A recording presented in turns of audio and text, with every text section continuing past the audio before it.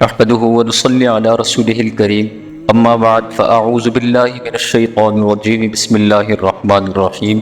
قال الله تبارك وتعالى وجاهدوا في الله حق جهاده صدق الله العظيم قال النبي صلى الله عليه وسلم أمرت أن أقاتل الناس حتى يقولوا لا إله إلا الله أو كما قال عليه الصلاة والسلام۔ اللہ پاک نے ہمیں کلمہ طیبہ لا الہ الا اللہ محمد رسول اللہ جیسی عظیم نعمت عطا فرمائی۔ جب انسان یہ کلمہ پڑھ لیتا ہے تو اس کلمہ پڑھ لینے کے بعد یہ اسلام میں داخل ہو جاتا ہے، اور اسلام میں داخل ہونے کے بعد چند چیزیں ایسی ہیں جو اس کی طرف متوجہ ہو جاتی ہیں، جن میں سے سب سے پہلی چیز ہے کلمہ، نماز، زکوٰۃ، روزہ، حج اور ساتھ جہاد فی سبیل اللہ۔ آج دنیا کے اندر مسلمانوں کی حالت زار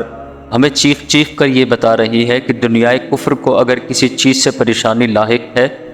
تو وہ مسلمانوں کا صرف تلوار اٹھانا ہے۔ انہیں ان مسلمانوں سے کوئی خوف اور خطرہ نہیں کہ جو صرف نماز پڑھیں، روزہ رکھیں، زکوٰۃ دیں، حج کریں۔ وہ یہ کہتے ہیں کہ سارے کام کریں لیکن جہاد کی طرف مسلمان بالکل بھی نہ آئے۔ وہ رسول اللہ صلی اللہ علیہ وسلم کے غزوات کو بالکل بھی نہ پڑھے،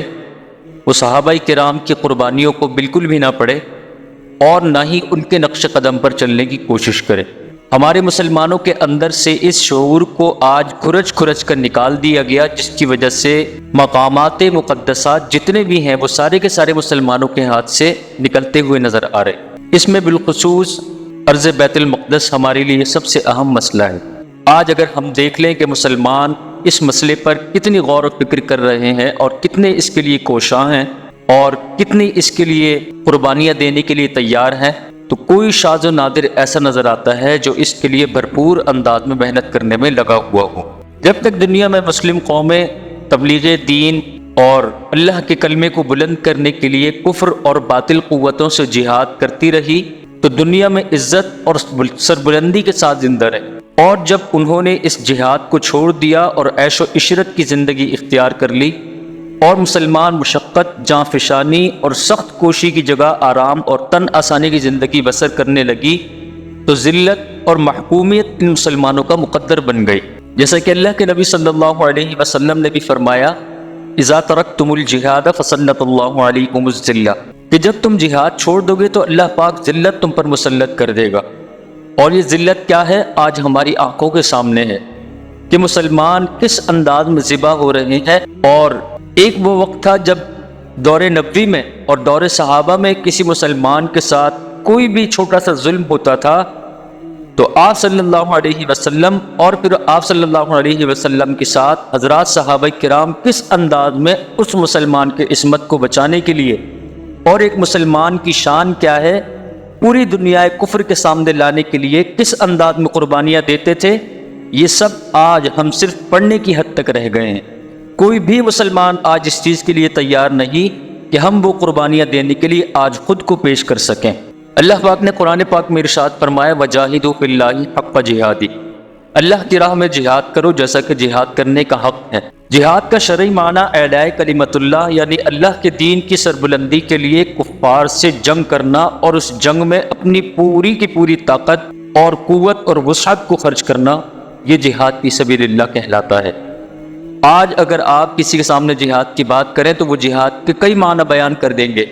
حالانکہ کفار کو پتہ ہے کہ جہاد سے مراد یہ لوگ مسلمان صرف ایک ہی لفظ لیتے ہیں، وہ ہے قتال فی سبیل اللہ، اللہ کے راستے میں لڑنا۔ جس چیز کا معنی کافر ایک ہی لیتے ہیں لیکن مسلمانوں کے اندر اس کے کئی معنی کو لیا گیا، یہ مسلمان کی اس سے بے رغبتی کی علامت ہے۔ آپ صلی اللہ علیہ وسلم نے فرمایا امرت ان اقاتل الناس حتی یقولوا لا الہ الا اللہ، مجھے حکم دیا کہ میں لوگوں سے اس وقت تک لڑتا رہوں جب تک کہ وہ اقرار نہ کر لیں لا الہ الا اللہ کا، وہ اس بات کی گواہی نہ دے دیں کہ اللہ ایک ہے، اس کے ساتھ کوئی شریک نہیں، اور میں محمد صلی اللہ علیہ وسلم اللہ کا رسول ہوں۔ جب تک اس بات کا کفار اقرار نہ کر لیں گے میں اس وقت تک ان سے لڑتا رہوں، مجھے اس چیز کا حکم دیا گیا ہے۔ اور آپ صلی اللہ علیہ وسلم نے فرمایا کہ اللہ تعالی نے مجھے مبعوث فرمایا اس وقت سے لے کر جب تک میری امت دجال سے جنگ کرے گی اس وقت تک جہاد جاری رہے گا، اور مزید یہ بھی فرمایا کہ مجھے قیامت تک کے لیے تلوار دے کر بھیجا گیا ہے اور میرا رزق نیزوں کے سائے کے نیچے رکھ دیا گیا ہے۔ جو شخص بھی میری مخالفت کرے گا تو اس کے لیے ذلت اور محکومی کی زندگی ہوگی۔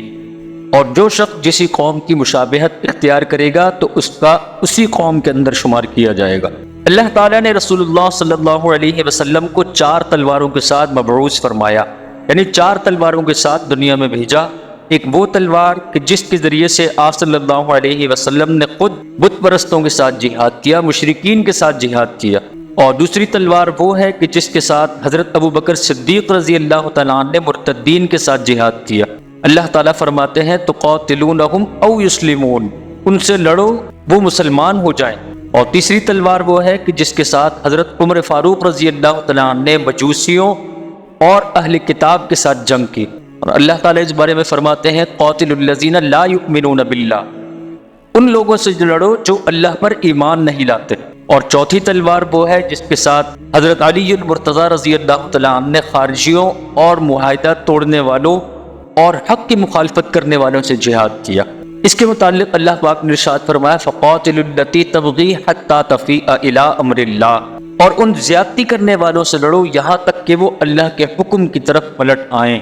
واپس آ جائیں۔ بعض اسلام دشمن قوتیں یہ دعویٰ کرتی ہیں کہ اسلام جو پھیلا گیا وہ زور کے ذریعے سے پھیلا گیا، تلوار کے زور پر پھیلا گیا۔ تو کیا واقعی اسلام تلوار کے زور پر پھیلا ہے؟ تو اس کا جواب یہ ہے کہ اسلام 2 طریقے سے پھیلا، کیونکہ لوگوں کی 2 قسمیں ہیں۔ ایک تو وہ لوگ ہیں کہ جن میں حق کی دعوت کو سننے اور قبول کرنے کا مادہ اور صلاحیت موجود ہوتی ہے، تو ایسے لوگوں کے سامنے جب اسلام کی دعوت رکھی جائے، انہیں اسلام کا پیغام پہنچایا جائے اور حق کی دعوت جب ان کے سامنے آ جائے تو وہ اس کو توجہ سے سنتے ہیں اور پھر اسے قبول کر لیتے ہیں، تو ان کے لیے یہ کہا جائے گا کہ اسلام دلیل اور حجت سے پھیلا۔ اور دوسری قسم کے لوگ وہ ہیں کہ جو اسلام کی دعوت کو سننا ہی نہیں چاہتے،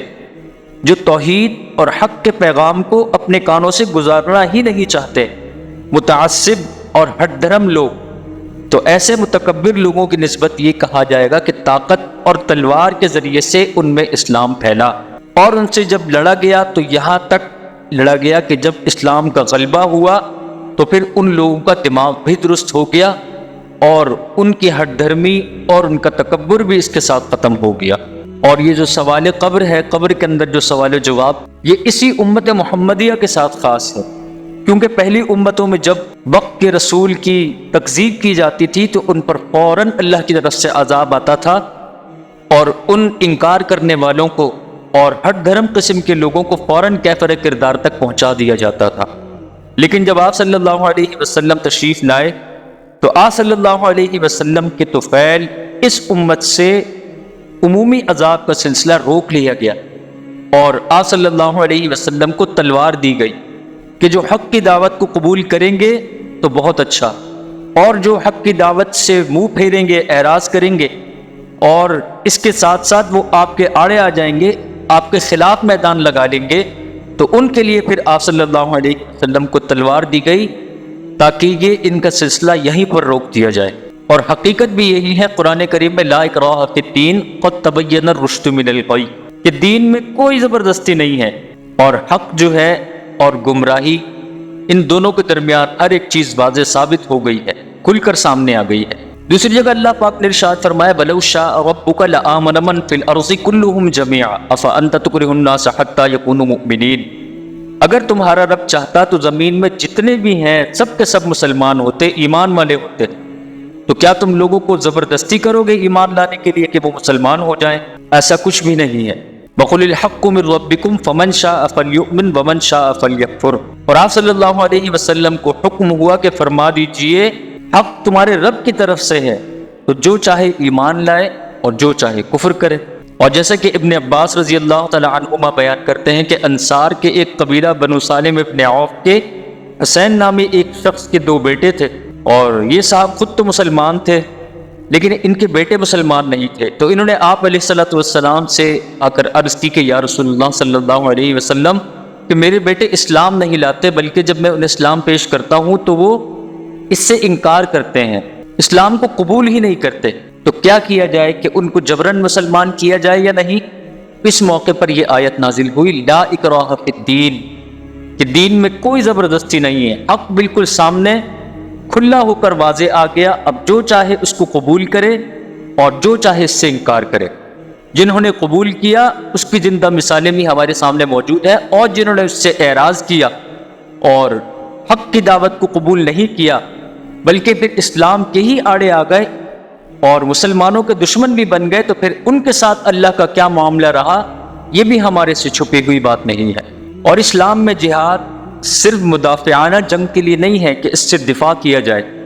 کہ مسلمان کہیں پر رہ رہے ہیں اور اگر کافر ان پر حملہ آور ہو جاتے ہیں تو وہ بس اس کا دفاع کریں گے، اپنے آپ کو بچائیں گے، تو اس کا نام جہاد ہوگا، بلکہ ایسا نہیں ہے۔ بلکہ جہاد اسلام میں اس چیز کا نام ہے کہ اللہ کا دین سربلند ہو، جیسے کہ اللہ پاک نے قرآن پاک میں بھی ارشاد فرما دیا وَقَاتِلُوهُمْ حَتَّى لَا تَكُونَ فِتْنَةٌ وَيَكُونَ الدِّينُ كُلُّهُ لِلَّهِ، ان سے قتال کیا جائے، ان سے لڑا جائے یہاں تک کہ کوئی بھی فتنہ فساد باقی نہ رہے اور سارا کا سارا دین اللہ ہی کا ہو کر کے رہ جائے۔ یہ معنی ہے جہاد فی سبیل اللہ کا، جیسا کہ آپ صلی اللہ علیہ وسلم کے واقعات میں بھی ہے کہ آپ صلی اللہ علیہ وسلم نے سب سے پہلے اسلام کی دعوت دی۔ اگر وہ حق کی دعوت کو قبول کر لیں تو پھر ان کے لیے بھی وہی احکام ہوں گے جو عام مسلمانوں کے لیے ہیں، ان کی بھی عزت اسی انداز کی ہوگی جو عام مسلمانوں کی ہے۔ اور اگر وہ اس سے اعراض کرتے ہیں اور حق بات کو قبول نہیں کرتے بلکہ مسلمانوں کے خلاف وہ محاذ آرائی کرتے ہیں، مسلمانوں کو تنگ کرتے ہیں، کلمہ گو مسلمانوں کے لیے پریشانی کا سبب بنتے ہیں، تو پھر ایسے لوگوں کے لیے آپ صلی اللہ علیہ وسلم کو تلوار دے کر کے بھیجا۔ حضرت بریدہ رضی اللہ عنہ بیان کرتے ہیں کہ رسول اللہ صلی اللہ علیہ وسلم جب بھی کسی چھوٹے یا بڑے لشکر کو روانہ فرماتے تو ان کا جو امیر مقرر کرتے تو ان کو آپ صلی اللہ علیہ وسلم خاص تاکید فرماتے۔ کیا فرماتے؟ کہ تم اللہ سے ڈرتے رہنا اور کسی بھی معاملے میں کوئی کسی کے ساتھ زیادتی مت کرنا، اور ساتھ یہ فرماتے کہ اللہ کا نام لے کر اللہ کے راستے میں جہاد کرو، اور جو شخص اللہ کے ساتھ کفر کرے تو اس سے جنگ کرنا، یاد رکھنا خیانت بالکل بھی نہ کرو، اور جو وعدہ ہو تو اس وعدے کو توڑنا بھی مت، کسی شخص کے اعضاء کاٹ کر اس کی شکل مت بگاڑنا، اس کو مسئلہ نہ کرنا، کسی بچے کو قتل نہ کرنا، اور جب دشمن سے تمہارا مقابلہ ہو جائے تو ان کو 3 چیزوں کی دعوت دینا، وہ ان میں سے جس کو بھی قبول کر لے تو پھر جنگ سے رک جانا۔ سب سے پہلی چیز انہیں اسلام پیش کرنا کہ وہ اسلام کے دامن میں آ جائیں، اور اگر وہ اس سے انکار کر لیں، قبول نہ کریں، تو پھر ان سے جنگ کرنا اور ان سے یہ کہنا کہ وہ اس شہر کو چھوڑ کر مہاجرین کے شہر میں آ جائیں۔ اگر وہ مہاجرین کے شہر میں آنے سے انکار کریں تو پھر ان کو یہ بتانا کہ پھر ان پر دیہاتی مسلمانوں کا حکم ہوگا، اور اگر وہ اس پر بھی راضی نہ ہو تو پھر ان کے سامنے جزیہ رکھنا کہ وہ جزیہ دے، ٹیکس دیں، پھر اس انداز میں اپنے دین پر قائم رہ کر مسلمانوں کے محکوم بن کر رہیں، اور اگر وہ اس کو تسلیم کر لیں، جزیے کی بات کو مان لیں، پھر تو ٹھیک ہے، اس صورت میں بھی ان سے جنگ نہ کرنا، اور اگر وہ جزیے سے بھی انکار کر دیں تو پھر اللہ کا نام لے کر اللہ سے مدد طلب کر کے ان سے جنگ شروع کر دینا، پھر ان سے جہاد ہوگا۔